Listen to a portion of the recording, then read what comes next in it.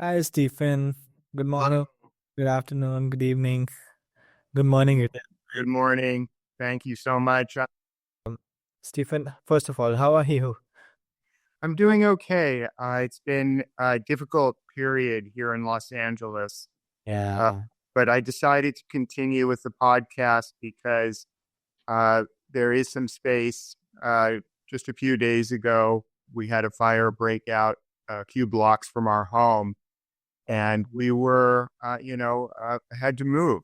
But we're back and we're comfortable at the moment. A lot of friends and family, some of my family have lost homes in the Palisades. So it's been a very, very difficult and challenging to see people and communities become fragmented by these events. yeah, But it's not too unlike the feeling that I have been uh, the feelings that I've been having watching events unfold on the world stage for quite a few years. yeah. But so, but it's a little closer to home now. So how are you doing? I am okay. I have been updated. I've been, I have been updating myself regarding these fires and huge fires on such massive scales. It's really amazing how nature takes its turn. And wow, I was actually blown away. And all of my condolences and my prayers with the people who have lost homes, who have lost loved ones, and who have been relocated, who have and I can only imagine how hard it must be for everyone in LA. And wow, yeah, but It puts it into perspective, just how vulnerable we can be in this environment and the importance of having a foundation within us that uh, we can look at the world and see it with some equanimity and remain independent rather than getting swept up in the fear and anger. Because at this moment, I know a lot of very angry people, and a lot of people, fear is a hard thing to avoid in this environment. But it is a part of the experience that we have in physicality. definitely, definitely. I mean, it's really that.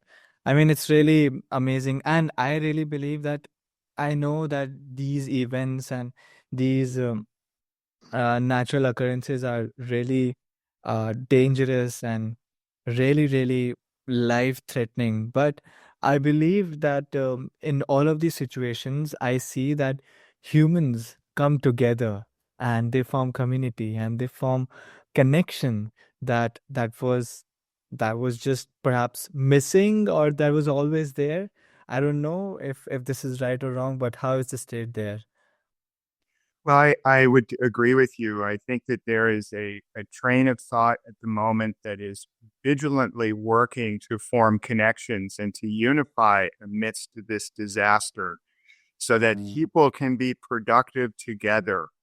And then there is a train of thought that is about taking advantage of the situation, about trying to inflict as much of a mental and psychological uh, disadvantage to the events.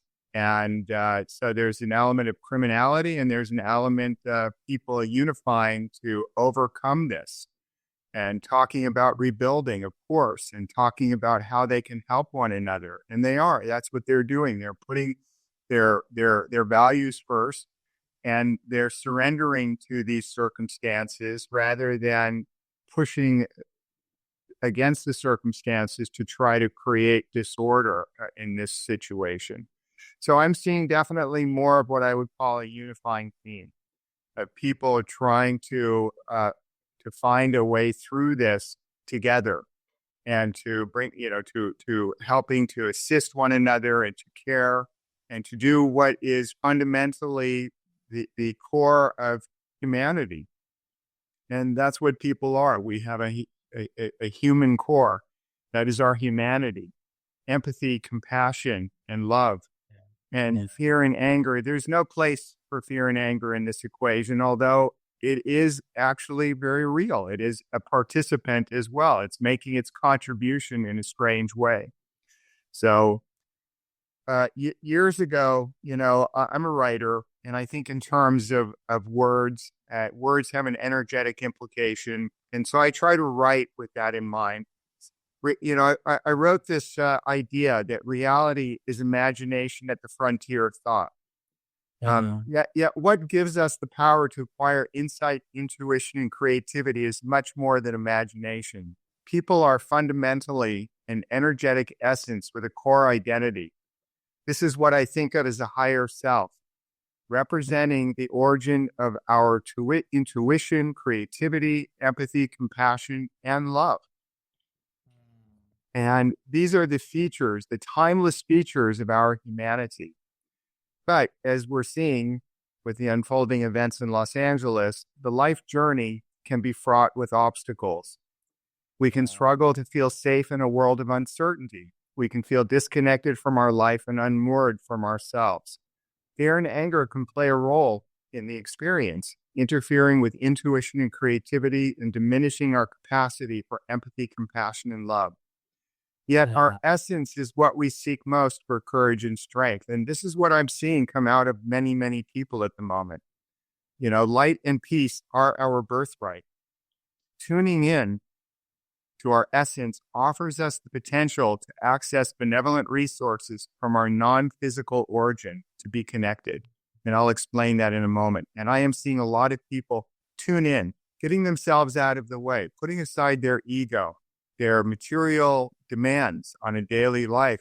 And they're looking at this from a very different point of view of trying to be helpful, of trying to assist their fellow human beings. So here's the story that I want to tell you. We'll start with this. At 31, my mother experienced trauma when her best friend, her father, died from a sudden illness. Yeah. She experienced fear and anger.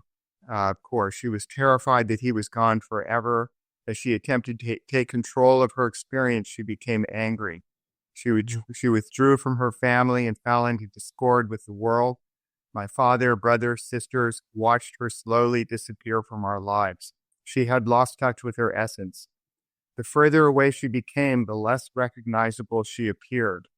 Her capacity to experience empathy, compassion, and love was greatly diminished. For 6 months, she woke up with tears and went to bed heartbroken.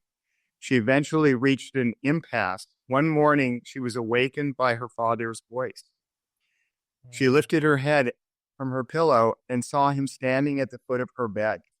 He told her he was happy where he was and wanted her to be happy. He asked her to let him go. And in that moment, a powerful feeling of calm came over her. She realized her father was not far away. But what she had discovered was existing connections to non-physical worlds. She had discovered her potential to restore her wholeness from the fragmentary effects of emotional pain and trauma. And the experience gave her a renewed vision of empathy, compassion, and love. And Yeah. she returned to her family, very, very quickly. So I've heard many stories of people's transcendental events. Some have had near-death experiences, vivid dreams or visions. Some glimpsed other worlds during meditation. They experienced hypnosis or forms of regression therapy, or they encountered loved ones who died, such as my mother. Yeah. Transcendental events have life-changing implications when people are informed through connection. And this is what's happening right now, is that people, as they get themselves out of the way, they're becoming informed through connection, the inherent values of their humanity. And what sets the stage for these experiences is a higher self each of us has in common. And I talk a lot about the higher self because I think it's a very critical component to who we are and how we see the world. As a human being, we are an extension of our higher self, or what I Yeah. call our larger identity. So we are the essence as an extension by extension of the higher self. So I've heard the term higher self from authors and spiritual communities going back to the 70s. Yet for me, I've had many, many out-of-body experiences. And in my teens and 20s, It's interesting that my higher self never appeared to tell me they were my higher self. And I eventually discovered my higher self on my own. I have learned that my higher self has given me precisely what I need to know and see when I'm ready to know and see, that there are no quick and easy answers in this world, that trying to explain the subject is challenging. What my higher self is and how it operates has been a journey of learning through experience. So I'll just go on to finish this. I have acquired insights and perspectives my higher self's role over the past 30 years. Because that 30 years ago is about when I really began to dig in and explore who I am, where I come from, who is my higher self, why have I been experiencing all of these transcendental events my whole life? And I never really put any order to them. I never put any understanding to them. They happened so commonly as to be missed by me. I just assumed it was a part of the experience, but without giving it any real credibility. So I view myself, my higher self, as maybe the architect, the ultimate creator who sets a stage for me, the actor, to play my part. So my role begins by discovering purpose. My higher self helps with that, but I'm the writer of my story and the director, although I may do some co-directing with my higher self. I have quite a lot of creative input on stage. I view that as my free will. The stage becomes my world to create. Creation is my ultimate purpose. And to a large degree, creation is also a joint venture between myself and my higher self. But what I choose to create on stage becomes my sole responsibility. For all my experiences in physical and non-physical environments, my higher self operates behind the scenes mostly. But what I say next applies to every human being on the planet. The idea that our higher self is the gatekeeper and guardrail, allowing or denying any adventures, good or bad, the human essence experiences. So I've written many stories on this idea, to shed light on the mysterious ways the higher self works in the mysterious worlds we exist in, because there is a lot of mystery about this existence. So I can't really offer a method for people to connect to their higher self, because that relationship is as unique as our fingerprint. But I can offer techniques for putting us in touch with our inner self, our essence. How do we develop a stronger connection and foster intuition, for example? How do we foster empathy and compassion? We begin by paying attention to ourselves in our everyday lives, our attitudes, temperaments, our thoughts and feelings and emotions. What moves our needle? Happy, sad, afraid, apprehensive, curious, etc. Behaviors manifest in our thoughts, yet the origin of behaviors come from deep within our mental and psychological landscape. And learning to observe ourselves can reveal the patterns and forces behind our motivations. By paying attention, we can teach ourselves to become sensitive to the hidden layers of our inner life, where our essence resides. So I've written quite a few exercises and, how to tune in and kind of get ourselves out of the way and foster a greater connection and self-observation. And this awareness and connection is an avenue, a channel to our wholeness, to our greater awareness, where insight, intuition, compassion, and love are our best allies. But looking beneath the layer can be a double-edged sword. As we seek deeper meaning, we may also discover shadows. So the hardest part of changing myself has always been identifying the old obstacles and then accepting with resolute determination who I will become when they are no longer present. Our personal growth means awareness, and the benefits can be enormous. Greater self-awareness helps us make choices that align with our purpose in life, leading to greater fulfillment and happiness. So I think that kind of covers the compressed version of what I'm doing in the world and how I go about my daily life in sharing my insights and the understanding that I've gained through the out-of-body experiences that I've been experiencing since birth. And there's, of course, a lot more detailed stories about my higher self and what it means to me, and stories that are more personal to me. And it's interesting that the most personal stories were the stories that I tried to avoid writing about, because I wasn't sure I would ever disclose those stories. And the further that I've gone into this journey, the more I've realized that, hey, this really is about getting myself out of the way. And there certainly are personal things to me and ideas that I will likely never reveal. And yet I have been writing much more about my personal experiences and trying to share the details, because it's the details that might make life so fascinating and so interesting. It's the details that inspire us to look Yeah. beyond ourselves. So, I think about intuition a lot. I write about intuition a lot. And, intuition is too often viewed as a mysterious force. It's like it's a gut feeling, a thought in the back of the mind. All these are true. Our instinctual awareness, though, goes far beyond observation, logic, and reason. We are constantly tapping into a source of information from within us, influencing our choices and decisions. Fundamentally, though, intuition is seen with our essence. And the more that we tune into our essence, the more we become aware of how our intuition is tapping us into that source. And I think of that source as a direct relationship to an energetic family in non-physical worlds, where we come from and where we go from here. It's the who we are and the why we are. And at the top of that, I think of my higher self as an extension of my higher self. I am an essence, of course. So, Yeah. what we're doing is how do we develop a stronger connection and foster intuition? I talk a lot about that. And we begin by paying attention to ourselves, as I said before, and tuning into the hidden layers of our inner life. And, children do this so naturally. Children are uninhibited by the conformity of the world. They have a pure imprint, and they're trying to do two things that's very challenging. They're trying to adapt to the circumstances of conformity in their life, their teachers, their parents, their world.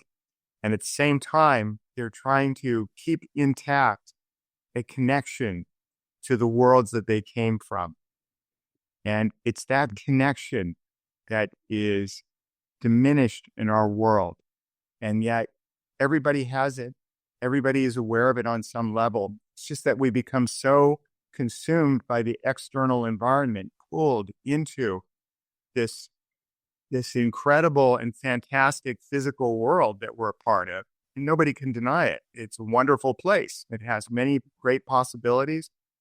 It also has a lot of darkness, and we can get pulled in many directions, and all of those directions can take us away from connection.